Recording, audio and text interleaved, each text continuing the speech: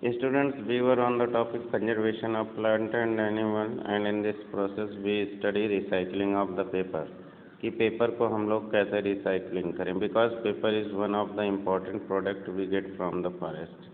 Paper एक ऐसी चीज़ होती है जो हमें फॉरेस्ट से मिलती है और इसका हमें बहुत ही ज़्यादा उपयोग भी है। Paper is made from wood pulp that is produce from would of the forest. Paper को हम वुड पल्प से बनाते हैं, लकड़ी के पल्प होता है ना, जो कि कहाँ से मिलता है, हमें जंगली लकड़ियों से मिलता है, जंगल की लकड़ियों से मिलता है। And it has been estimated 17 full grown trees are needed to make 1 ton paper. और ये पाया गया है कि अगर 1 टन पेपर बनाना है तो हमको 17 बड़े पेड़ों की ज़रूरत पड़ती है। So many trees have to cut down from the forest to make paper. और इस तरह से पेपर को बनाने के लिए बहुत ढेर सारे पेड़ों को काटना पड़ता है। So we should save paper to save the forest trees. तो हमको क्या करना है कि पेपर को बचाना है, पेपर का मिसयूज़ नहीं करना है, ताकि हम फॉरेस्ट को भी बचा सकें, जंगलों को भी बचा सकें। If each one of us save just 1 sheet of paper a day, अगर हम लोगों में से प्रत्येक व्यक्ति एक दिन में 1 शीट, 1 पेज बचाता है, तो we can save many trees in a year. तो इस तरह से हम एक साल में बहुत ढेर सारे पेड़ों को बचा सकते हैं। We can save paper by writing fully on both sides and every sheet of paper in our notebook. हम लोग पेपर बचा सकते हैं कि अपने पेपर के ऊपर दोनों तरफ पूरा भर के पेपर पे लिखें, ऐसा नहीं है कि उसको खाली छोड़ दें। We can also save paper by using chalk and slate for doing rough work. हम पेपर तब भी बचा सकते हैं कि हम रफ वर्क के लिए चाक और स्लेट का यूज़ करें। Reuse of paper means that if possible we should use the used paper again. Reuse का मतलब है कि हम लोगों को यूज्ड पेपर को फिर से यूज़ करना है। For example used paper envelopes can be reversed inside out and used again। जैसे एक इन्वेलप है, लिफाफा है, तो उसको हम लोग अंदर वाला हिस्सा बाहर करके फिर से यूज़ कर सकते हैं। The terms recycling of paper mean to the process of waste paper so that it can be used again. क्या कर रहे हैं, रिसाइकलिंग ऑफ पेपर का मतलब है कि जो हमारे पास वेस्ट पेपर है, जिस पेपर का यूज़ नहीं है, such as newspaper, copies, used copies etc, तो इसको हम दोबारा से यूज कर सकते हैं, इसकी रिसाइकलिंग करते हैं। तो paper can be recycled from old newspaper, magazine, book, notebook. जो पुरानी newspaper, magazine, book, notebook and packaging materials होते हैं, इनकी इंक को रिमूव कर लिया जाता है और इनको हम फिर से रिसाइकिल कर सकते हैं। If all of keep the collecting newspaper, तो हम लोग इसके लिए क्या करेंगे, newspaper, magazine, books, notebook, waste paper, इन सबको इकट्ठा करेंगे और इसको रिसाइकलिंग के लिए हम लोग जंक डीलर यानी कबाड़ वाले को भेज देंगे, ताकि ये उसको फिर से जो है मिल में भेज सके रिसाइकलिंग के लिए। Paper can be recycled 5 to 7 times for use. और इस तरह से एक बार पेपर नहीं बल्कि 5 से 7 बार पेपर को रिसाइकल किया जा सकता है। और इस तरह से करके हम ढेर सारी एनर्जी, वाटर और पेड़ को बचा सकते हैं। From the above discussion we conclude that should save paper, reuse paper and recycle paper. तो हमको इससे ये पता चलता है कि हमको पेपर को बचाना चाहिए, रीयूज़ करना चाहिए और उसका रिसाइकिल भी करना चाहिए। क्यों? To save forest trees from being cut down, ताकि हम पेड़ पौधों को कटने से रोक सके।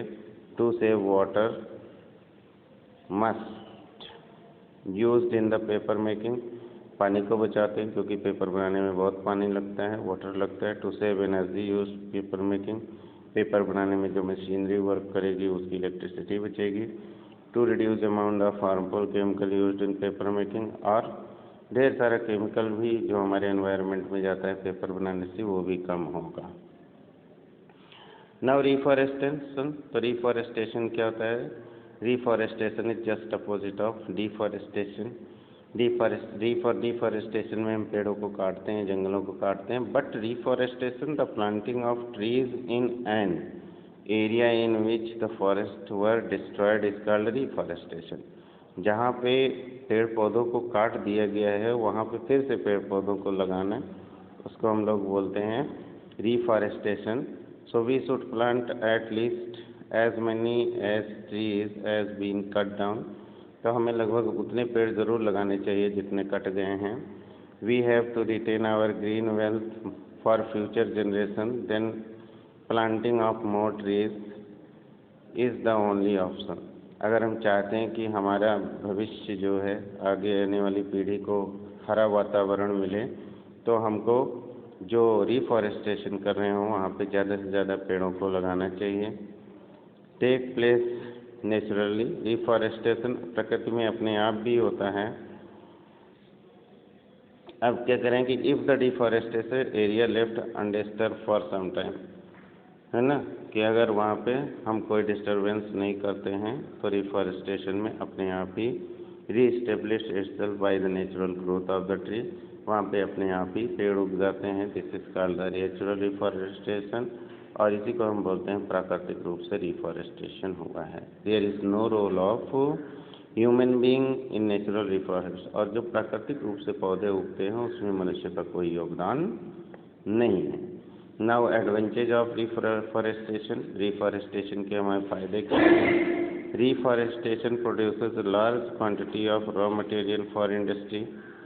रिफॉरेस्टेशन करेंगे तो हमको रॉ मटेरियल अपने उद्योग धंधों के लिए ढेर सारा रॉ मटेरियल कच्चा माल मिलेगा, जैसे पेपर इंडस्ट्री के लिए, टिम्बर के लिए, इन सब के लिए कच्चा माल मिलेगा।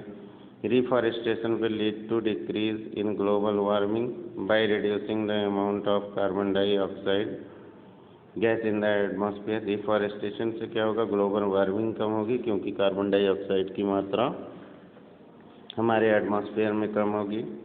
Reforestation increase rainfall in an area, reforestation की वजह से रेनफॉल बढ़ जाएगा, है ना।